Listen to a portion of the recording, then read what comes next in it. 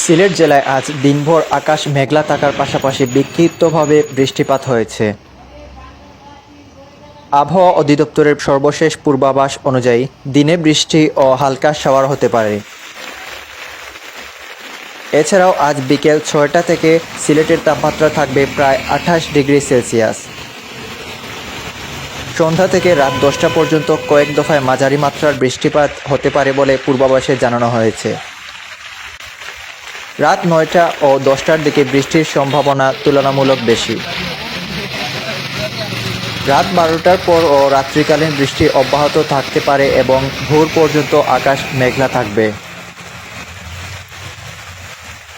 আবহাওয়াবিদদের মতে বর্তমান মৌসুমি বায়ুর সক্রিয়তার কারণে সিলেট সহ দেশের উত্তর পূর্বাঞ্চলে বৃষ্টিপাতের প্রবণতা বেড়েছে।